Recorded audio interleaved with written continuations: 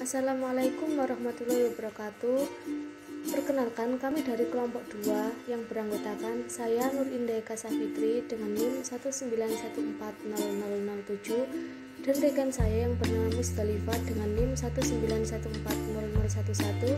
Di sini kami akan mempresentasikan materi tentang hakikat penelitian tindakan kelas.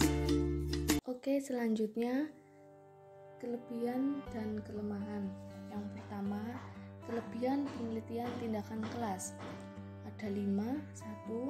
Tumbuhnya rasa memiliki melalui kerjasama dalam penelitian tindakan kelas.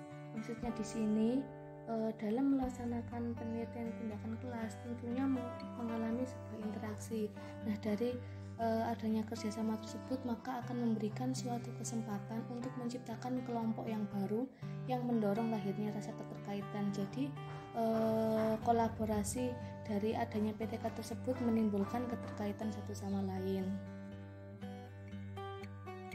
Selanjutnya yang kedua, tumbuhnya kreativitas dan pemikiran kritis. Maksudnya dalam sebuah penelitian tentunya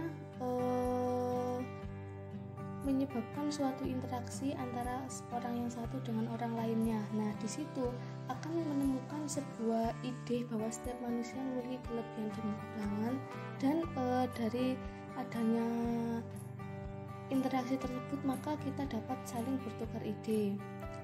Yang ketiga, adanya kerjasama untuk mewujudkan perubahan yang lebih baik. Dilaksanakan sebuah penelitian tindakan kelas seperti tujuan awalnya, yakni untuk merubah mutu pendidikan yang lebih baik lagi, baik dari segi pendidik maupun dari segi peserta didik. Praktisi tersebut tujuannya untuk mengubah yang lebih baik. Nah, dari praktisi itu sendiri tentunya juga dibantu oleh sekelompok atau komponen yang meliputi dalam sebuah penelitian tindakan kelas itu. Jika dalam sebuah kelompok tersebut dapat berkolaborasi dengan baik, maka suatu pekerjaan akan menjadi yang ringan. Oke, yang keempat, kerjasama dalam penelitian untuk meningkatkan kesepakatan. Nah, dalam sebuah penelitian bukan hanya tentang dugaan, akan tetapi mengumpulkan sebuah fakta-fakta untuk mengetahui permasalahan, untuk mengetahui jawaban dari permasalahan tersebut. Jadi di sini praktisi tersebut mencoba mengumpulkan semua fakta yang ada secara cermat dan menilai serta menguraikan masalahnya dan dapat menyelesaikan masalah tersebut. Yang terakhir, yang kelima, berkembangnya mutu pendidikan. Dari adanya sebuah penelitian tindakan kelas, maka kita tahu apa yang menjadi kendala, apa saja faktor yang menjadi kendala terhambatnya suatu pembelajaran dari lembaga itu sendiri. Seperti itu. Nah, selanjutnya kelemahan penelitian tindakan kelas. Di sini ada 4. Yang pertama, kekurangan pengetahuan dan keterampilan dalam teknik dasar penelitian pada pihak peneliti. Nah, maksudnya di sini biasanya penelitian tindakan kelas itu dilakukan oleh praktisi itu sendiri, seperti guru, kepala sekolah, atau pengawas dan pengelola yang lainnya. Akan tetapi dalam sebuah penelitian tindakan kelas ini tidak semua praktisi tersebut memahami dalam teknik dasar pengumpulan data penelitian tindakan kelas.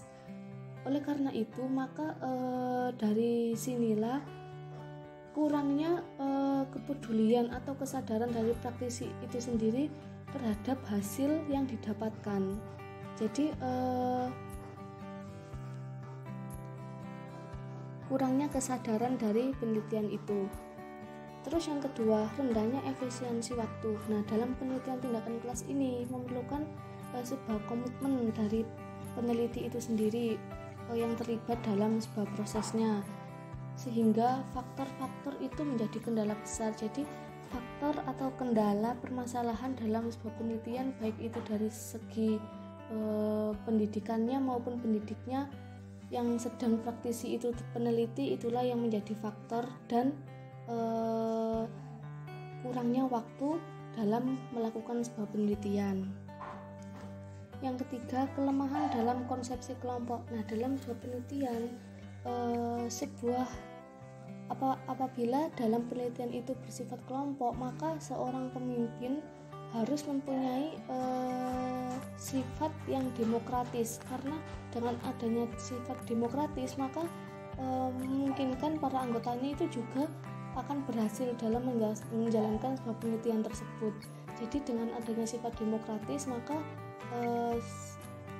pihak-pihak yang sedang menjalankan penelitian maka akan dapat berjalan dengan lancar karena mempunyai kesadaran masing-masing.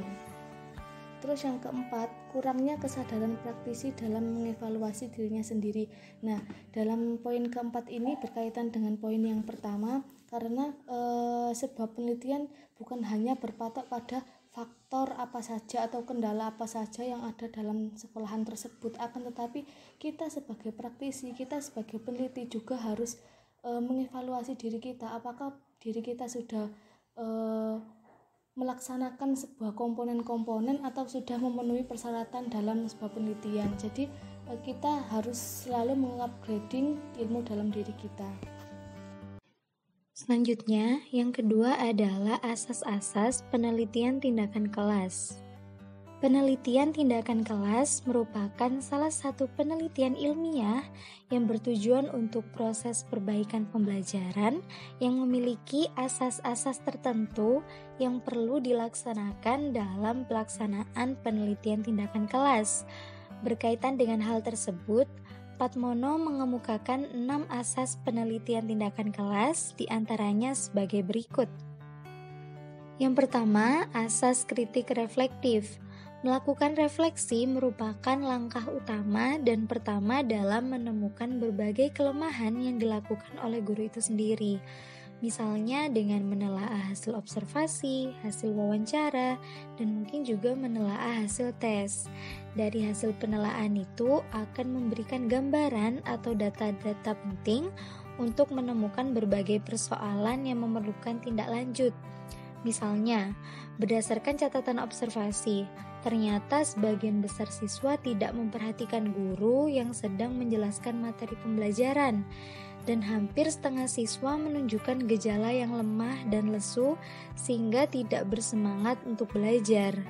Demikian juga dari hasil tes yang diberikan, ternyata siswa hanya memiliki nilai di bawah rata-rata.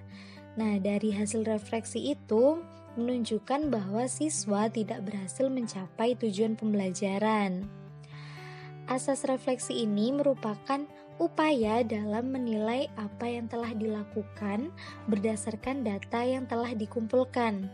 Hal ini untuk mencari alternatif tindakan yang inovatif yang belum pernah terpikirkan sebelumnya. Yang kedua adalah asas kolaboratif. Dalam asas ini, peneliti perlu selalu mengingat bahwa ia merupakan bagian dari situasi yang sedang diteliti, bukan hanya sebagai pengamat, namun juga terlibat langsung dalam proses situasi tersebut. Dalam asas kolaboratif ini, minimal ada 3 kelompok yang penting dalam melakukan penelitian tindakan kelas, yakni guru itu sendiri yang melakukan tindakan, lalu observer yaitu orang yang bertindak sebagai pengamat, dan siswa itu sendiri sebagai kelompok belajar. Asas kolaborasi ini dapat dilakukan secara efektif apabila peneliti sejak awal telah mengadakan berbagai kesepakatan dengan berbagai pihak yang dapat membantu dalam proses penelitiannya. Yang ketiga adalah asas resiko. Perlu kita ketahui terlebih dahulu apa yang dimaksud dengan resiko. Jadi, resiko adalah bahaya, akibat, atau konsekuensi yang dapat terjadi akibat sebuah proses yang sedang berlangsung atau kejadian yang akan datang. Asas resiko ini mengacu pada keberanian peneliti untuk mengambil resiko dalam proses penelitiannya. Asas ini juga merupakan kelanjutan dari asas kolaboratif dan kritik reflektif serta dialektis. Dengan adanya asas resiko ini, peneliti harus berani mengambil resiko melalui proses penelitiannya, dan salah satu resikonya adalah melesetnya hipotesa. Yang keempat adalah asas dialektis. Dialektik atau dialektika ini berasal dari kata dialog yang berarti komunikasi dua arah.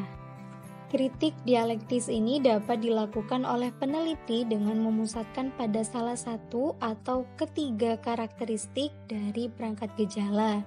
Menurut Sanjaya diantaranya, yang pertama terpisah, tapi dalam konteks hubungan yang perlu ada. Yang kedua, ika tetap bineka. Jadi, peneliti perlu mencari keikaan atau kesatuan di antara perbedaan yang tampak jelas.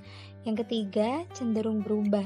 Jadi, peneliti harus menangkap isyarat bahwa sesuatu akan berubah di masa datang atau di masa depan. Yang kelima adalah asas struktur majemuk.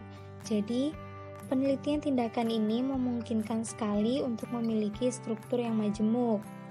Contoh dari struktur majemuk ini, apabila seorang peneliti ingin melakukan penelitian pengajaran, maka situasi minimal harus terdapat guru, siswa, kurikulum, dan tujuan pembelajaran.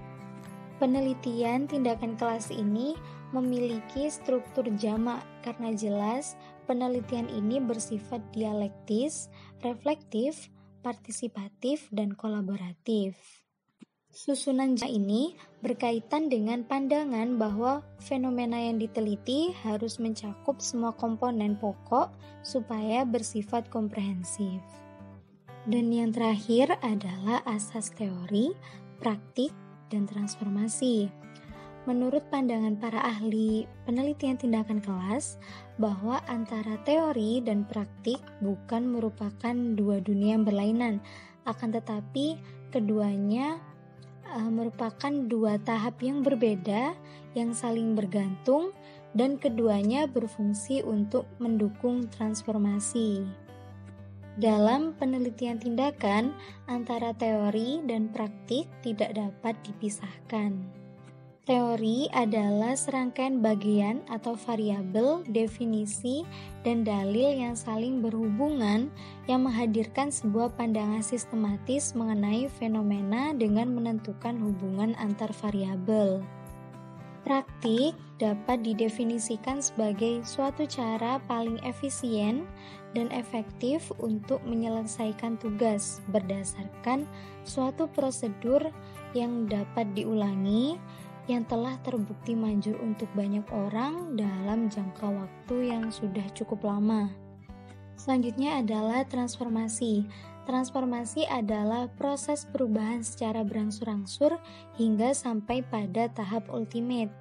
Transformasi ini identik dengan perubahan, karena transformasi adalah sebuah bentuk perpindahan menuju sistem yang dianggap lebih baik. Perbedaan PTK dan non-PTK. Penelitian tindakan kelas memiliki karakteristik tersendiri yang membedakannya dengan penelitian lainnya. Berikut karakteristik penelitian tindakan kelas menurut Salakin 2007 sebagai berikut. Di sini ada 5. Yang pertama, adanya kritik refleksi. Maksudnya dalam hal ini merupakan sebuah langkah yang berusaha untuk mengoptimalkan suatu refleksi terhadap hasil pengamatan mengenai latar tersebut, mencakup seperti tempat, waktu, dan suasananya, situasi, kondisi, dan kegiatan dalam suatu pembuatan. Dalam upaya refleksi ini tentu adanya upaya kritikan sehingga memungkinkan adanya suatu evaluasi terhadap perubahan-perubahan yang mendasar dan signifikan. Terus yang kedua, adanya kritik dialektis. Nah, maksudnya di sini diharapkan seorang guru itu bersedia melakukan kritikan terhadap fenomena atau peristiwa atau gejala-gejala yang ditelitinya, dan selanjutnya guru tersebut itu mampu memeriksa terhadap konteks secara menyeluruh yang merupakan satu unit di mana merupakan struktur dari komponen penelitian itu sendiri. Selanjutnya yang ketiga, adanya kolaboratif. Nah, maksudnya di sini dibutuhkan atau menghadirkan suatu kerjasama yang baik dengan pihak-pihak yang lain yang bersangkutan dengan penelitian itu, seperti dengan kepala sekolah, guru, dan lainnya.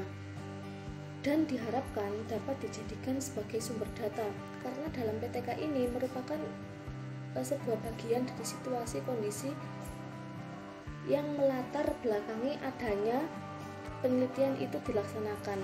Jadi guru itu tidak hanya sebagai pengamat, akan tetapi dia juga harus bisa terlibat langsung dalam proses situasi tersebut dan mempunyai bentuk kerjasama serta kolaborasi dengan antar anggota yang menyebabkan suatu proses penelitian itu dapat berlangsung dengan baik. Selanjutnya yang keempat, adanya resiko.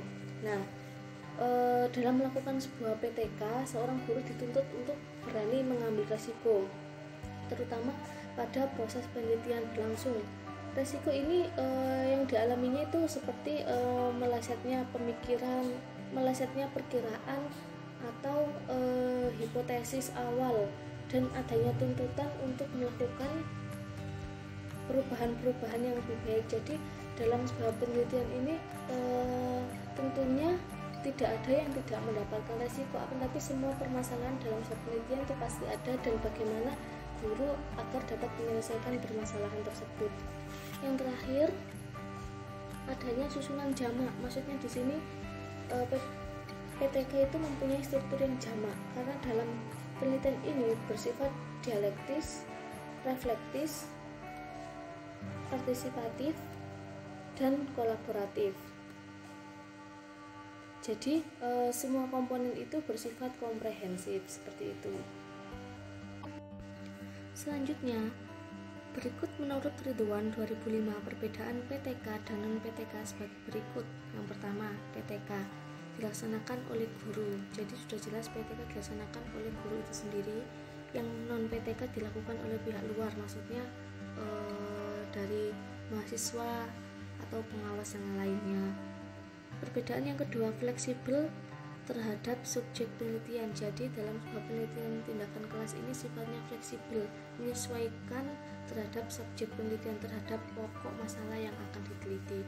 Kalau yang non-PTK ketat terhadap syarat-syarat formal seperti ukuran sampel populasi harus representatif. Jadi maksudnya kalau yang non-PTK ini syarat-syarat formal seperti ukuran sampel populasi harus representatif, maksudnya jumlah subjek yang diperlukan dalam penelitian. Kalau misalkan dari awal sudah 15 anak, ya harus 15 anak, tidak menyesuaikan dengan keadaan. Jadi sifatnya ini karakternya hampir sama dengan yang dimiliki oleh populasi. Perbedaan yang ketiga, PTK tidak dituntut pengembangan instrumen. Jadi dalam sebuah penelitian tindakan kelas tidak dituntut dalam pengembangan instrumen atau alat yang digunakan untuk mengumpulkan data. Akan tetapi data tersebut yang dibutuhkan. Terus sedangkan yang non-PTK, instrumen dikembangkan hingga valid dan reliable. Sedangkan yang non-PTK ini instrumen harus benar-benar valid, benar-benar sesuai atau sahih, dan data itu benar-benar harus real. Yang keempat, PTK tidak menggunakan analisis statistik yang kompleks. Maksudnya dalam PTK ini tidak menggunakan analisis statistik yang kompleks dari mulai yang terkecil sampai yang data yang terbesar, atau sama halnya dengan dari hal yang peristiwa itu yang mulai dari kecil sampai yang besar. Sedangkan kalau yang non-PTK menggunakan analisis statistik yang kompleks. Jadi dalam sebuah penelitian kecuali penelitian tindakan kelas menggunakan analisis statistik yang kompleks, karena di situ mencakup sebuah data dari data yang terkecil sampai data yang terbesar. Terus selanjutnya, tidak menggunakan hipotesis penelitian kecuali hipotesis tindakan. Maksudnya di sini hipotesis tindakan itu merupakan dugaan sementara dan pasti adanya suatu perubahan yang akan terjadi. Sedangkan yang non-PTK mensyaratkan hipotesis penelitian. Hipotesis penelitian di sini sama halnya dengan dugaan sementara. Akan tetapi dalam sebuah penelitian kalau tidak bisa diubah kalau data itu sudah benar-benar real. Dan selanjutnya dapat memperbaiki praktek atau proses pembelajaran secara langsung. Jadi penelitian tindakan kelas ini seperti tujuannya yaitu dapat memperbaiki praktek atau proses pembelajaran secara langsung. Kalau sudah mengetahui faktor atau kendala apa saja yang dialami dalam sekolah itu, maka pasti ada solusi dan untuk mengembangkan pendidikan tersebut agar lebih baik lagi. Sedangkan yang non-PTK tidak langsung memperbaiki praktek atau proses pembelajaran. Nah, selain non-PTK, yang penelitian yang lainnya tidak diarahkan ke generalisasi. Maksudnya di sini dalam sebuah penelitian tindakan kelas tidak harus jadi misalkan menggunakan metode belajar ada pernyataan yang berlaku untuk semua gejala yang diamati. Jadi ini yang mudah menyesuaikan tergantung masalah yang diamatinya. Terus yang non PTK diarahkan pada generalisasi. Jadi kalau yang non PTK ini harus benar-benar ke generalisasi. Jadi sifatnya dari khusus menuju ke umum dengan gejala yang diamatinya.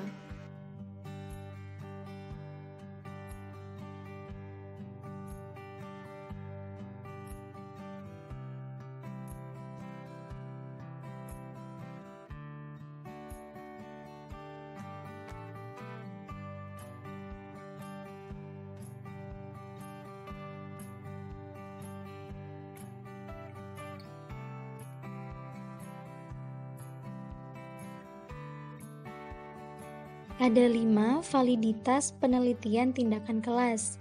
Yang pertama, validitas demokratik. Validitas demokratik ini berkenaan dengan kadar kekolaboratifan penelitian dan pencakupan dari berbagai suara. Dalam penelitian tindakan kelas, idealnya guru dan murid masing-masing diberi kesempatan untuk menyuarakan apa yang dipikirkan dan dirasakan serta apa yang dia alami selama penelitian berlangsung. Yang kedua adalah validitas hasil. Jadi validitas hasil ini akan membawa hasil yang sukses dalam konteks penelitian tindakan kelas. Hasil yang paling efektif ini tidak hanya melibatkan tentang solusi masalah, namun juga meletakkan kembali masalah tersebut ke dalam suatu kerangka hingga sedemikian rupa yang nantinya akan melahirkan pertanyaan baru. Yang ketiga, validitas proses. Validitas proses ini berkenaan dengan keterpercayaan dan kompetensi yang dapat dipenuhi. Yang keempat, validitas katalitik. Validitas katalitik ini berkaitan dengan kadar pemahaman yang telah dicapai pada realitas kehidupan di kelas dan bagaimana cara mengelola perubahan di dalamnya. Contohnya, siswa mengalami rasa takut salah dan malu, maka upaya dari guru untuk hal tersebut adalah mengembangkan pikiran positif serta mengapresiasi usaha dari siswa. Dan yang terakhir adalah validitas dialogi. Validitas dialogi ini sejajar dengan proses review sejawat atau sebaya yang biasanya umum dipakai dalam penelitian akademik. Dan yang terakhir, reliabilitas penelitian tindakan kelas. Terkait dengan reliabilitas dalam PTK, Madya menjelaskan bahwa reliabilitas dilakukan dengan menyajikan data asli seperti transkrip wawancara dan catatan lapangan, menggunakan lebih dari satu sumber data untuk mendapatkan data yang sama, dan berkolaborasi dengan sejawat atau orang lain yang relevan dengan penelitian kita.